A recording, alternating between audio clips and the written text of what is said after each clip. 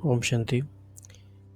तो ये 16 अक्टूबर 1969 परखने की शक्ति को तीव्र बनाओ, इस मुरली का फर्स्ट पार्ट हमने कवर कर लिया है। अभी आज हम इसका सेकंड पार्ट रिवाइज करेंगे, राइट। इसमें भी हम शुरू करते हैं यहाँ से कुछ इम्पोर्टेंट बातों से। बाबा ने कहा कि परिस्थिति में होते हुए भी हम अपनी बुद्धि को न्यारा कर सकते हैं, लेकिन न्यारे तब हो सकेंगे जब जो भी कार्य करते हो वह न्यारी अवस्था में होकर करेंगे। अगर उस कार्य में अटैचमेंट होगी तो फिर सेकंड में डिटैच नहीं होंगे। इसीलिए यह प्रैक्टिस करो कैसी भी परिस्थिति हो, क्योंकि फाइनल पेपर अनेक प्रकार के भयानक और न चाहते हुए भी अपने तरफ आकर्षित करने वाली परिस्थितियों के बीच होंगे। उनकी भेंट में जो आजकल की परिस्थितियां हैं वह कुछ भी नहीं है। जो अंतिम परिस्थिति आने वाली है उन परिस्थितियों के बीच पेपर होना है। इसकी तैयारी पहले से करनी है। इसीलिए जब अपने को देखो कि बहुत बिजी हूँ, बुद्धि बहुत कार्य में बिजी है, चारों ओर सर्कमस्टांसेस अपने तरफ खींचने वाली है, तो ऐसे समय पर यह अभ्यास करो। तब मालूम पड़ेगा कहाँ तक हम ड्रिल कर सकते हैं। ये काफ़ी इंटरेस्टिंग बात है।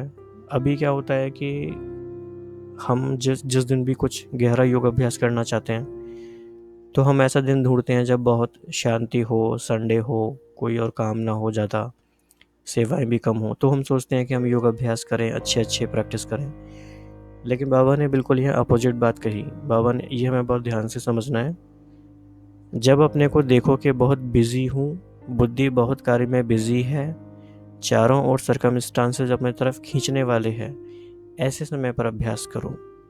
इसका मतलब ये है कि डेलिबरेटली एक डिफ़िकल्ट सिचुएशन में ये प्रैक्टिस करो। फॉर एग्ज़ाम्पल, जैसे आर्मी की ट्रेनिंग अगर दी जाती है तो वो बहुत डिफ़िकल्ट सर्कमस्टांसेस को क्रिएट करके उसमें ट्रेनिंग दी जाएगी, राइट। तो इस तरह से हमें सोचना है कि बहुत डिफ़िकल्ट सर्कमस्टांसेस अभी हम क्रिएट करके भी उसमें ये प्रैक्टिस कर सकते हैं, ताकि जो रियल में जो फिर हमारे सामने चैलेंजेस आएंगे तो उसमें हम फेस कर सकें। तो बाबा ने कहा कि एक एक सब्जेक्ट की नंबर होती है, मुख्य तो यही है।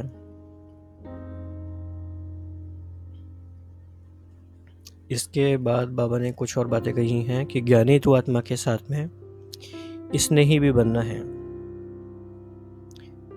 और जिससे ज़्यादा स्नेह होता है तो कहते हैं ये तो सद्बुद्धि भूल जाते हैं। सद्बुद्ध का अर्थ ही है अपने स्वरूप की जो स्मृति रहती है वह भी भूल जाते हैं। बुद्धि की लगन भी उसके सिवाय कहीं नहीं हो, ऐसे जो रहने वाले होते उनको कहा जाता है स्नेही। स्नेही आत्मा अर्थात सद्बुद्ध भूलने वाली आत्मा। और एक बात बाबा ने और कहा कि चात्रक बने हो लेकिन साथ में चरित्रवान भी बनना है। चात्रक का कार्य होता है उसके प्यासी रहना। यह चरित्र में देखे तब फिर चात्रकों के साथ में पात्र भी कहेंगे। ओके, और इसमें हम देखते हैं क्या बातें हैं। एक बाबा ने इसमें प्रैक्टिस के लिए बताया कि 1 सेकंड में आवाज़ में, 1 सेकंड में फिर आवाज़ से परे, 1 सेकंड में सर्विस के संकल्प में आए, और 1 सेकंड में संकल्प से परे स्वरूप में स्थित हो जाए। इस ड्रिल की बहुत आवश्यकता है। तो आप यहाँ पॉज करके फोकस कर सकते हैं इस प्रैक्टिस पर। तो जिसकी यह ड्रिल पक्की होगी वह सभी परिस्थितियों का सामना कर सकते हैं। और यह करना तो सारा दिन है, लेकिन विशेष प्रैक्टिस करने का समय अमृत वेले है। जब देखो बुद्धि बहुत बिजी है उसी समय यह प्रैक्टिस करो। तो ये बात आपको बहुत फोकस करना है कि जब देखो बुद्धि बहुत बिजी है उस समय यह प्रैक्टिस करो। तो अब तो कोई हमारे पास देने के लिए बहाना बचा ही नहीं। अब हम कह नहीं सकते कि हम बहुत बिजी हैं। बाबा ने कहा जब बिजी हो तभी ही करो।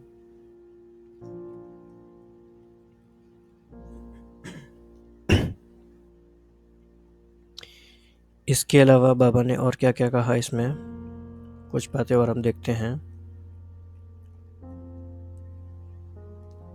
बाबा ने कहा कि जब रूप को देखते हो तो ऐसे ही समझो कि सांप को देख रहे हैं। सांप के मस्तिष्क में मणि होती है ना, तो मणि को देखना है, ना कि सांप को। अगर शरीर भान में देखते हो तो मानो सांप को देखते हो। सांप को देखा और सांप ने काटा। सांप तो अपना कार्य करेगा। सांप में विष भी होता है। कोई कोई विशेष सांप होते हैं जिनमें मणि होती है। तो मणि को देखने से सांप का जो विष है वह हल्का हो जाएगा। या तो बनना है सांप के समान, या तो बनना है माला की मणि। अगर मणि बनना है तो देखना भी मणि को है। और इसके अलावा बाबा ने एक बहुत अच्छा तरीका बताया कि बाप दादा के सामने तो प्रतिज्ञाएं की हैं, लेकिन आज अपने आप से प्रतिज्ञा करो कि अब से लेकर सिवाय मणि के और कुछ नहीं देखेंगे, और खुद ही माला के मणि बन करके सारे सृष्टि के बीच चमकेंगे।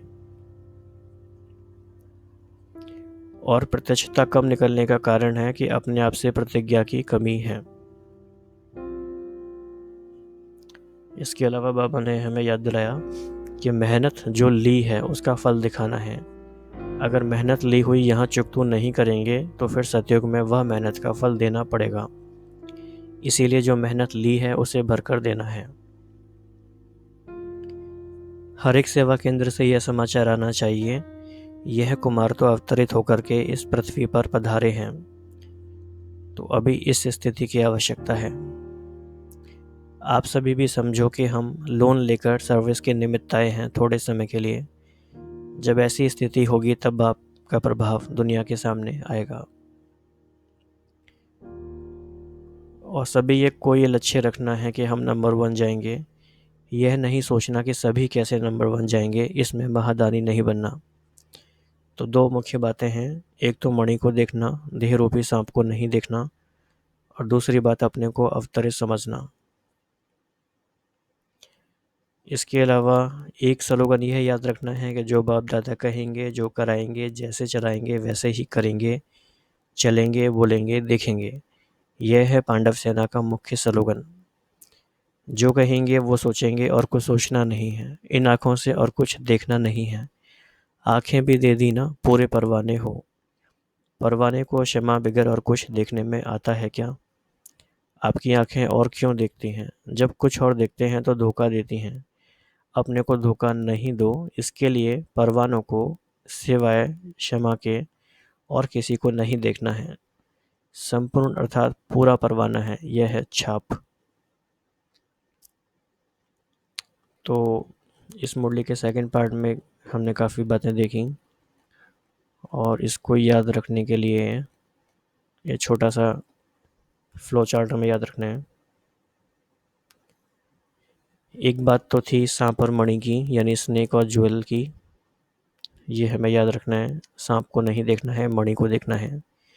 दूसरा, अपने आप से प्रतिज्ञा करना है, प्रॉमिस करना है, और ड्रिल करना है आवाज़ से परे जाने का। बहुत बिजी है तब करना है। और फाइनल पेपर का जो सीन होगा, जो सर्कमस्टांसेस होंगे, उसका अभ्यास अभी करना है। फाइनल पेपर में बाद में टाइम नहीं मिलेगा, और उसमें सफल होने के लिए ज़रूरी है कि हम अभी ही अभ्यास करें। तो इन बातों को नोट कर सकते हैं हम। तो इसके अलावा आप इन डेप्थ मुरली अपने आप से भी स्टडी कर सकते हैं। ये जस्ट एक रिवीजन के पॉइंट ऑफ व्यू से है। और इसके बारे में कोई और आपका सजेशन, कोई फीडबैक, कोई इनपुट्स आप देना चाहते हैं, आपका कोई ख़ास पॉइंट इसमें जो चिंतन में चला, वो आप बता सकते हैं। इसके बाद हम नेक्स्ट अव्यक्त मुरली 1969 का रिवाइज करेंगे। ओम शांति।